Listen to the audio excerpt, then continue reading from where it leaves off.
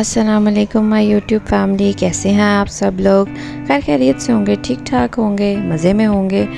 और ये देखें जी, आज मैं सब्ज़ी बना रही हूँ। ये कई दिनों से करेले आए पड़े थे और बस जब ये आ जाते हैं तो मैं 2-3 दिन सोचने में ही गुजार देती हूँ कि हाँ अब काटने पड़ेंगे, क्योंकि सब्ज़ी खाने से डर नहीं लगता साहब, सब्ज़ी काटने से डर लगता है।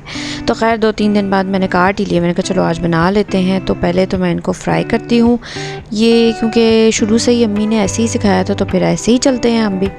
इनको हल्का सा फ्राई कर लेते हैं, साड़ भुनना नहीं है इनको बिल्कुल थोड़ा सा ब्राउन ही करना है। उसके बाद फिर हम मसाला बनाएंगे। ये प्याज था, ये लहसुन अदरक, ये थोड़ा सा प्याज सेपरेट रखा था मैंने, और ये टमाटर। और ये प्याज सेपरेट मैंने क्यों रखा है ये कहानी फिर सही नहीं अभी बताती हूँ, रुको ज़रा सब्र करो। अच्छा जी, तो अब हमने पहले मसाला बना लेना है। मसाला बनाना तो अब आपको आ ही गया होगा, इतनी दफ़ा तो मैं ये बात रिपीट कर चुकी हूँ। तो मसाला जब हो गया तो इसके अंदर मैंने ये थोड़े थोड़े से जो मैंने ब्राउन किए थे करेले, ये मैंने ऐड कर दिए। तो ये अभी थोड़े से हार्ड होंगे, लेकिन जैसे जैसे इसको मैं दम दूंगी ना तो ये थोड़े से सॉफ्ट हो जाएंगे। तो अब जनाब इसके अंदर मैं डालूँगी ये प्याज। ये इतने कोई मज़े के लगते हैं ना, जैसे जैसे ये नरम होते हैं करेले, साथ साथ ये ट्रांसलूसेंट से हो जाते हैं प्याज, और ये इतने मज़े के लगते हैं कि जिसकी कोई हाथ नहीं। ये भी अगेन अम्मी ने ऐसे ही सिखाया था तो मैं ऐसे ही बनाती हूँ। अभी तो बीच में टमाटर भी मैं डालती हूँ। टमाटर अब मैंने इसलिए नहीं डाले क्योंकि मेरे हस्बैंड पसंद नहीं करते इतने, वो छिलके आते हैं मुँह में और ये वो, तो इस वजह से, वरना तो और मज़े के खट्टे खट्टे से करेले बनते हैं। तो खैर शुक्र है अल्लाह का, इतनी गर्मी में खाना बन गया था। अब इसको मैंने दम दे दिया और थोड़ी देर बाद जब हम दोबारा चेक करेंगे तो ये देखें जी, अब ये खाना बिल्कुल तैयार है। इसको मैंने भून लिया और इसके अंदर मैं डाल दूँगी सब्ज़ मिर्च।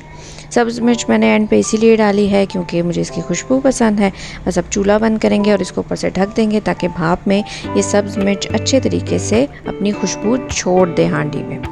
तो अब क्योंकि टाइम ऐसा था, ना दिन का टाइम था ना वो था रात का टाइम था, तो खाने का टाइम तो था नहीं।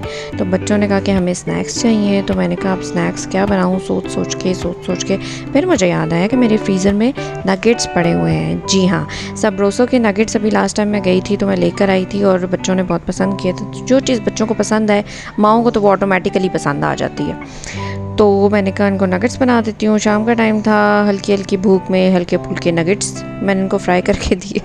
तो इधर मेरी बेटी लगातार ज़िद करने लगी हुई थी कि मामा मुझे भी डालने दें, प्लीज़ मुझे भी फ्राई करने दें। बेटियों को बहुत शौक होता है, लेकिन जब जिम्मेदारी सर पे पड़ती है तो फिर कहती है नहीं ना मामा, हमसे नहीं होता इतनी गर्मी में। तो अभी तो खैर मैं उसे समझा ही रही थी कि बेटा आपको छींटे पड़ जाएंगे। तो साथ साथ मैंने फिर मिल्क शेक की तैयारी की। हमारे एक्चुअली आम आए हुए हैं मुल्तान से और ये एज़ अ गिफ्ट भेजे हैं मेरे हस्बैंड के फ्रेंड ने। तो ये काफ़ी सारे आम हैं, तो हमने मिल्क शेक बना के इनको ख़त्म करना है। और थे भी बड़े मीठे, बहुत ही मज़े के आम इस दफ़ा आए थे कि मिल्क शेक में चीनी डालने की तो बिल्कुल ज़रूरत ही नहीं पड़ी। बस खजूर डालो, आम डालो, दूध डालो और बस घुमा लो तो ये जी मैंने आम काट लिए थे, जल्दी से कट किया ताकि वो नगेट्स ख़त्म होने से पहले ना मिल्क शेक भी पहुंच जाए, वरना पीने से इनकारी हो जाते हैं बच्चे, आपको पता ही है। वो नगेट्स से ही उन्होंने पेट भर लेना। चलो जी, ये हो गए स्नैक्स। अब आप लोग स्नैक्स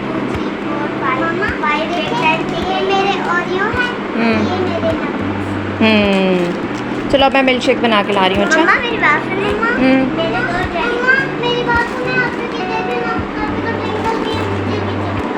अच्छा, मैं देखती हूँ, ठीक है, मैं लेके आती हूँ। तो अब जी बारी है मिल्क शेक बनाने की फाइनली। तो मैंने ये जग में मैंगो डाला और खजूर डाली और दूध डाला और थोड़ा सा पानी भी मैं डालती हूँ ताकि बहुत ज़्यादा थिक ना हो जाए। तो जैसे कि मैंने आपको बता दिया था कि आम इतने मीठे थे कि चीनी डालने की ज़रूरत ही नहीं थी।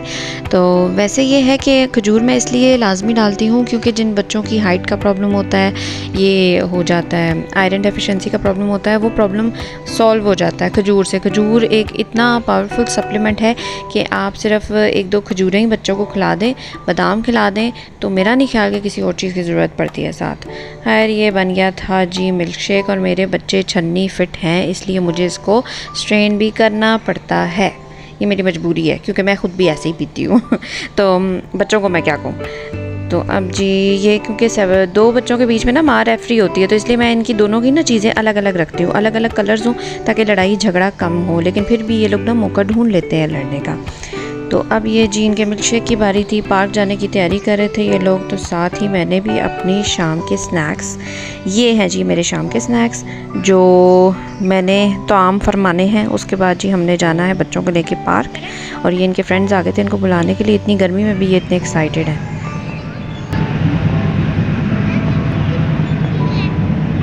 चलो आप लोग खेलो, फिर मैं बैठ रही हूँ इधर। इतना ऊंचा? अच्छा अच्छा, तो वो जाओ ना, आप ही से को वो रोके फिर।